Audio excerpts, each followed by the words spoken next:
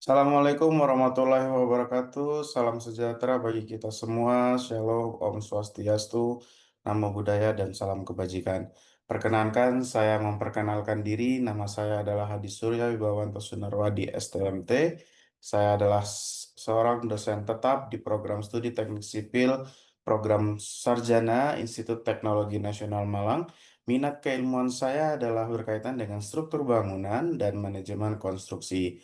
Sejak tahun 2020, saya dipercaya untuk mengampu berbagai mata kuliah inti di dalam bidang teknik sipil, di antaranya adalah mata kuliah dasar struktur, manajemen proyek konstruksi, dan teknologi konstruksi modern, seperti program bantu dengan metode BIM atau Building Information Modeling.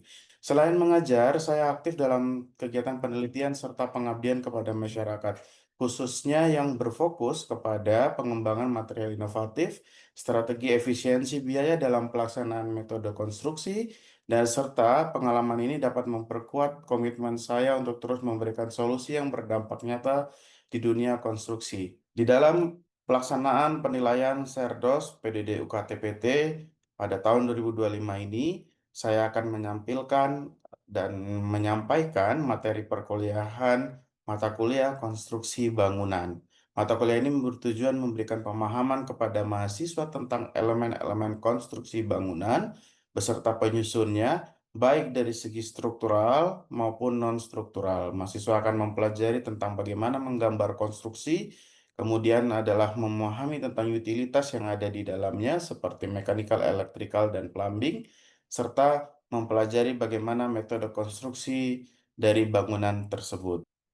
Mata kuliah ini bertujuan memberikan pemahaman kepada mahasiswa tentang elemen-elemen konstruksi bangunan gedung bertingkat, baik dari aspek struktural maupun non-struktural. Mahasiswa akan mempelajari tentang bagaimana menggambar denah, tampak potongan, layout struktur beton, baja, kayu, dan galvalum, serta material lainnya, dan juga utilitas bangunan atau kita kenal dengan MEP atau Mechanical, Electrical, dan Plumbing. Mata kuliah ini juga mencakupi pengenalan bangunan air, kelengkapan, dan infrastrukturnya. Untuk capaian pembelajaran, setelah mengikuti mata kuliah ini, mahasiswa diharapkan mampu memahami tentang menggambar komponen struktur bangunan secara teknis, mengoperasikan software bantu seperti AutoCAD, menyusun gambar-gambar konstruksi lengkap mulai dari denah, tampak, potongan, hingga utilitas, dan mampu menerapkannya sesuai standar perencanaan teknik sipil yang berlaku.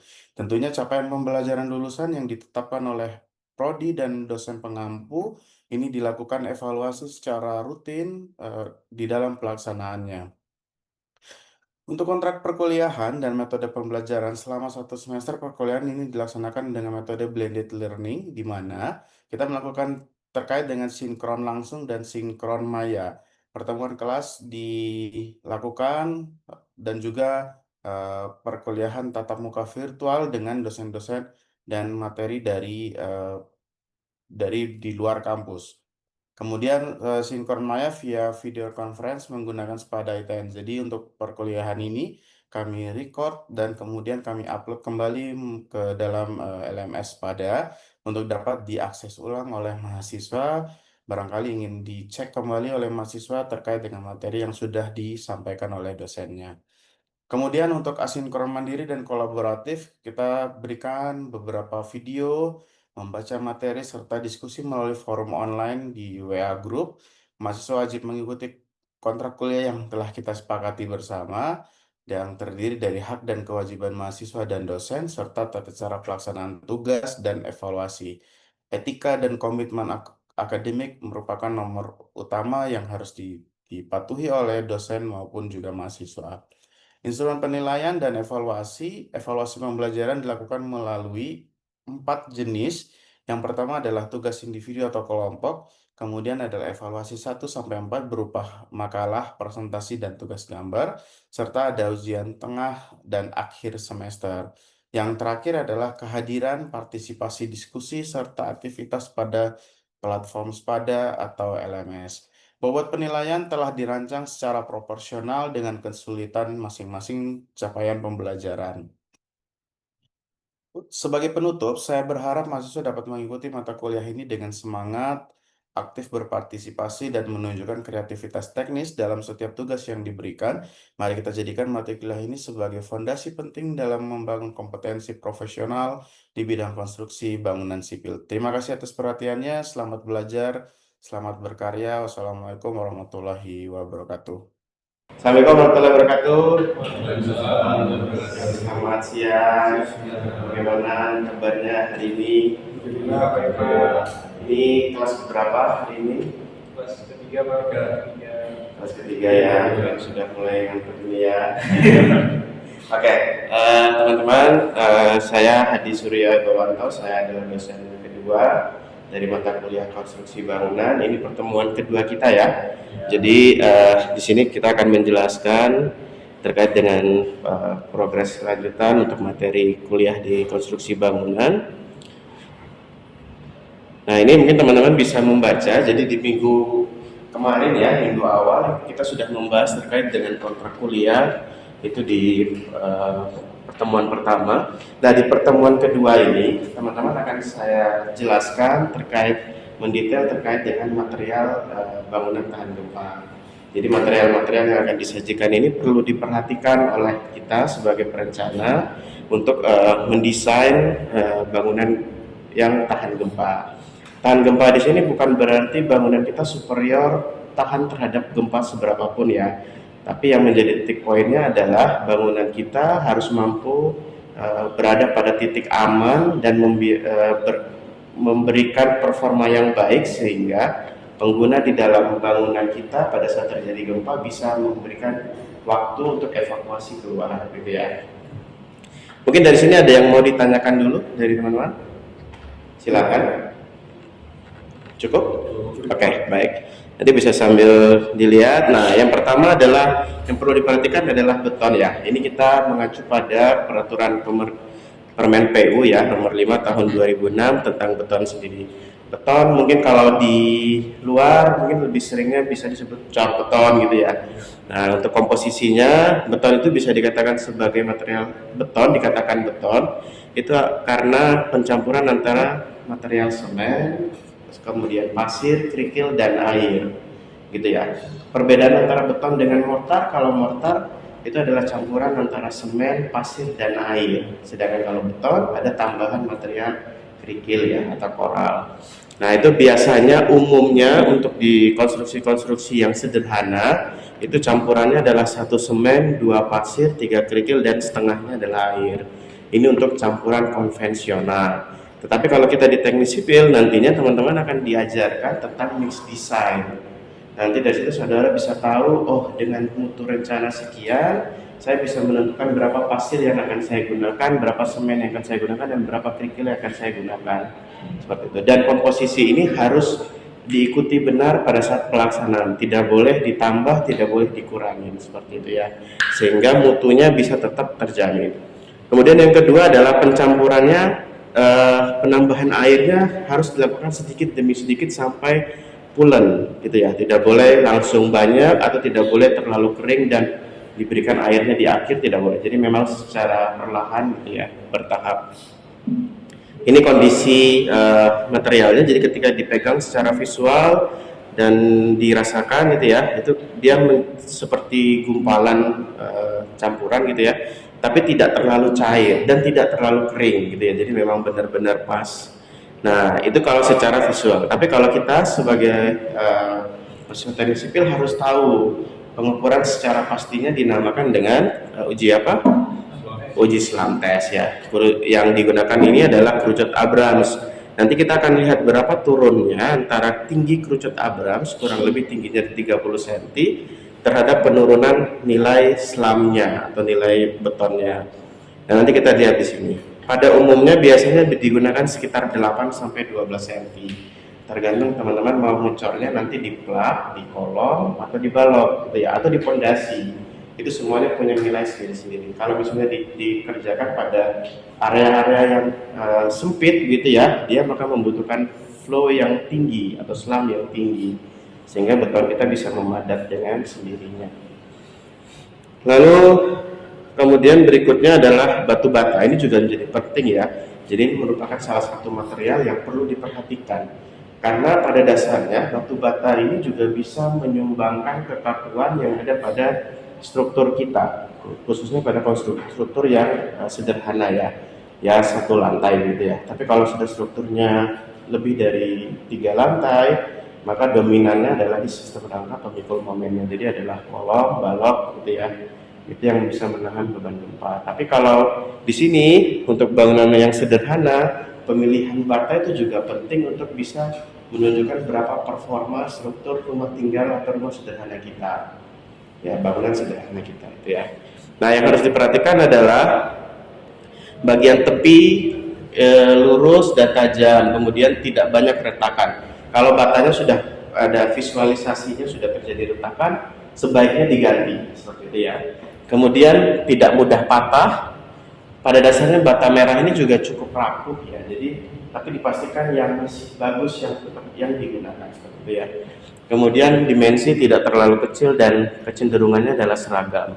Berikutnya lagi adalah kayu. Nah, kayu ini sebenarnya masih bagian dari material konstruksi, cuman penggunaannya sudah tidak sebanyak di zaman dahulu ya, karena memang budidaya kayu itu sekarang juga pohon kayu itu sudah berkurang. Kemudian juga ini juga cukup membuat hutan baru gitu ya. Jadi walaupun kayu ini material alam, sebenarnya juga bukan merupakan material yang ramah lingkungan gitu ya, sehingga perlu diperhatikan lagi. Tapi biasanya kayu masih sering digunakan, kayu yang tipe jelek itu masih sering digunakan untuk material formwork ya, dekisting, kemudian perancang, gitu ya, shoring, yang masih sederhana masih kita bisa menggunakan kayu. Tapi kalau kayu dengan tipe yang bagus, mahal gitu ya, itu kita bisa gunakan hanya untuk ornamen arsitektural, jarang untuk sebagai ornamen struktur ya, karena biayanya juga cukup mahal. Ini adalah beberapa jenis material beserta arsiran gambarnya. Nanti teman-teman dalam mata kuliah konstruksi bangunan ini ada tugas yang perlu dikerjakan, sehingga harusnya nanti bisa lebih dipahami jenis-jenis arsiran ini untuk diaplikasikan pada gambar kalian. Kemudian ada struktur utama, pondasi. Nah, dari pondasi ini merupakan alur dari penerimaan beban. Jadi yang dari paling atas ke paling bawah itu antara struktur yang paling bawah ke yang paling atas gitu ya. Jadi beban yang diterima pada struktur atap akan turun ke balok keliling atau ring, lalu kemudian akan turun ke kolom-kolom ya atau tiang gitu ya, lalu diturunkan kepada slope sebagai pengikat antar kaki kolom dan diteruskan kepada pondasi. Mungkin terkait dengan struktur utama ini ada yang ingin ditanyakan dulu? Silakan, satu penanya atau mungkin dua. Itu di balok itu kan biasanya ada balok induk sama balok anak Pak ya. Betul? Untuk fungsi balok anak sendiri itu apa? Oke, baik. Itu pertanyaan yang bagus ya. Jadi balok induk dan balok anak ini ada pada sebuah struktur ya. Sekarang secara fungsi bagaimana? Dari penamaan dulu ya. Kalau ibu dan anak secara size atau secara ukuran harusnya lebih besar ibunya, sehingga atau induknya gitu ya, sehingga si balok anak dia akan mentransfer bebannya ke balok induk. Balok induk akan meneruskan kepada kolom gitu ya. Jadi balok anak lebih kecil, size-nya dia menerima beban dari plat, dibagi lagi dan diteruskan ke balok induk. Ini seperti itu. Ada lagi? Cukup? Oke. Ini adalah bentuk gambar pondasi. Ini untuk dimensinya, nanti teman-teman bisa dipelajari. Ini sudah merupakan standar ya, standar teknis. Kemudian ini ada jenis-jenis pondasi. Lalu ini ada balok pengikat atau slope. Lalu ini ada kolom. Jadi ini ada kolom dengan tebal selimut. Kemudian ukuran kolomnya adalah minimum 15 x 15 untuk rumah sederhana. Kemudian diameter tulangannya bisa menggunakan diameter 10, diameter 8 gitu ya. Tapi itu disesuaikan dengan mutunya. Tentunya ini harus didasari dengan backup perhitungan teknis gitu ya. Lalu ini kemudian balok keliling. Lalu ini ada struktur atap. Ini ada beberapa jenis gambar dari struktur utama kuda-kuda kayu, beberapa potongan-potongan dan juga sambungannya. Ini adalah gambarnya. Lalu untuk berikutnya adalah gunung-gunung atau ampik ya, atau biasa gewel ya, kita sebut juga dinding gewel gitu ya. Itu ada di pojok atau pinggir dari bangunan kita yang bentukan atapnya seperti ini.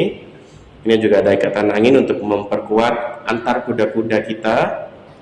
Lalu ini ada beberapa persyaratan teknis ya yang harus diikuti biar pada saat terjadi gempa diupayakan dinding ini tidak roboh seketika sehingga korban tidak menimbulkan korban jiwa akibat beban dinding gitu ya. Ini juga yang perlu diperhatikan, harus ada angkur besi antara pondasi kita dengan dinding di atasnya. Lalu ini hubungan antar elemen, dan ini adalah akhir dari materi kita. Mungkin ada pertanyaan terakhir? Silakan. Silakan. Kan biasanya slope itu ada yang disebut tapping. Ya. Perbedaannya slope dengan tapping. Oke. Kalau slope itu dia untuk ke elemen struktural yang rendah, seperti itu ya, dengan beban yang lebih rendah dibanding tight beam. Kalau secara posisi slope ini berada di atas, sedangkan tight beam berada di bawah. Posisi dari slope ini untuk menahan beban dinding yang ada di atasnya, sedangkan untuk tight beam untuk mengikat antar kolom dan pondasi sehingga untuk reduksi gaya lateral yang ada pada pondasi. Jadi gaya gempa atau lateral yang bekerja pada pondasi di salah satu kolom itu disebar secara merata melalui tight beam kepada kolom-kolom yang penerimaan beban gaya lateralnya lebih kecil seperti itu. Sudah cukup? Oke. Silakan nanti di materi ini silakan nanti saya akan share dan teman-teman saya minta untuk pelajari. Nanti akan saya berikan post test dari hasil hari ini. Silakan nanti dikerjakan dan mungkin kita akan ketemu lagi di minggu depan. Saya akhiri. Assalamualaikum warahmatullahi wabarakatuh. Selamat sore.